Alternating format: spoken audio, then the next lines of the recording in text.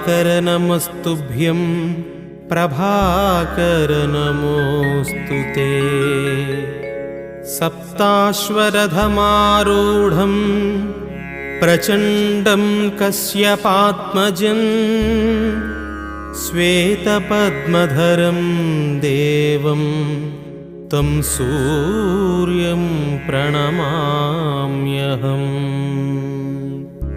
लोहितं रथमारूढं सर्वलोकपितामहं महापापहरं देवं तं सूर्यं प्रणमाम्यहम्।